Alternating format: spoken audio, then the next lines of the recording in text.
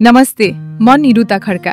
सबैभन्दा पहिले धन्यवाद मेरा भिडियोहरू हेरेर मन पराउनु भएकोमा। तपाईहरूको साथले मलाई नयाँ कथा बनाउन हौसला दिन्छ। आज म तपाईलाई सुनाउँदै छु मेरो जीवनको एउटा अनौठो रोमाञ्चक अनुभव। सुरु भयो गलत नम्बरको फोनबाट र बिस्तारै मेरो मुटु कसरी बदलिन थाल्यो। सुरु गरौँ है त। त्यो दिन साँझको समय थियो। म घर फर्किँदै थिएँ। हल्का हावा चलिरहेको थियो। सडक शान्त थियो। एक्कासी मेरो मोबाइल बज्यो। अनजान नम्बर। मैले उठाएँ। हेलो, के यो निर्मला हो? पुरुषको हल्का अचम्मित स्वर। मैले हाँस्दै जवाफ दिए, होइन, म निर्मला होइन, म निरुता हुँ। उसले केही क्षण मौन रह्यो अनि हल्का मुस्कान जस्तो स्वरमा भन्यो, अरे, मैले सायद गलत नम्बरमा गरेँ। म निर्मलासँग कुरा गर्न चाहन्थे। म हाँस्दै फोन राख्दै थिएँ, तर भित्री जिज्ञासा बढ्यो। अर्को दिन उही नम्बरबाट फेरि फोन आयो। फेरि सोध्यो, के यो निर्मला हो? म हाँस्दै जवाफ दिएँ, फेरि तिमीले गलत नम्बरमा गर्यो। म निरुता हुँ, तर किन निर्मलालाई खोज्दैछौ? उसले हल्का हाँस्दै भन्यो, निर्मला मेरो साथी हो, हाम्रो कलेजको सबैभन्दा पढ्ने विद्यार्थी, अनि मलाई एउटा विषयमा तुरुन्तै हेल्प चाहिएको थियो। म पनि हाँस्दै जवाफ दिएँ, कुन सब्जेक्ट हो र? म हेल्प गर्न सक्छु कि? त्यो अनौठो हास्यपूर्ण सुरुवातले मलाई फोनमा कुरा गर्न रमाइलो अनुभव दिन थाल्यो। म सोचेँ, यो के भइरहेको होला? म अचम्मित छु, तर पनि उसको आवाज सुन्ने लालचमा बढ्दैछ। त्यसपछि हामी हरेक दिन कुरा गर्न थाल्यौं। सुरुमा सामान्य, आज कस्तो दिन भयो, काम कस्तो भयो, तर हरेक दिन उसले मलाई हल्का टिज, मजाक र फ्लर्टी कुरा गर्थ्यो। एक दिन उसले भन्यो, तिम्रो हाँसो फोनमा सुन्दा मेरो दिन एकदम रमाइलो हुन्छ। मैले हल्का हाँस्दै जवाफ दिए, हो र? मलाई पनि किन हो आजकल तिमीलाई सुन्दा रमाइलो लाग्छ? हरेक कल पछि मेरो मन हल्का हलचल भइरहेको हुन्थ्यो। म मनमा नै सोच्थे, यो फोन कल केवल कुरा मात्र होइन, मेरो दिनको हाइलाइट जस्तो भइसक्यो। उसले फोनमा मलाई आफ्ना दिनको अनुभव सुनाउँथ्यो।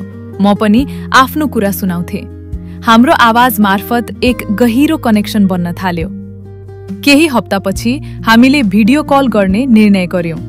मैले एकदम हट लुगा लगाएकी थिएँ। ऊ पहिलो पलदेखि स्क्रिनमा न्यानो मुस्कान र नसालु नजर लिएर बसेको थियो। हेलो निरुता, आज तिमीलाई फाइनल्ली देख्दा रमाइलो लाग्यो। उसले मलाई नियालेर हेरिरहेको थियो। मैले हल्का लाज मान्दै जवाफ दिएँ, तिमी पनि आवाजभन्दा धेरै क्युट देखिने रहेछौ। हामी कुरा गर्दै हाँस्यौं, जिस्काउँदै एकअर्काको नजरमा कनेक्सन महसुस गर्यौं। हामी भिडियो कलमा एकदम फ्लर्ट गर्न थाल्यौं। मलाई पनि ऊ एकदमै मन पर्यो र मलाई विश्वास छ उसलाई त म झनै मन परेको थिएँ भनेर। उसले अब मलाई वास्तविक रूपमा भेट्न मन लागेको कुरा व्यक्त गर्यो। मेरो मनमा हल्का चमक आइरह्यो। मैले भित्री रूपमा महसुस गरेँ, म अब उसमा विश्वास गर्न थालेकी छु। यद्यपि म उसका वास्तविक उद्देश्य र पृष्ठभूमिबारे अझै पक्का थिइनँ। उसले भन्यो, म तिमीलाई प्रत्यक्ष भेट्न चाहन्छु, तर अहिले हाम्रो दूरीले अनुमति दिँदैन।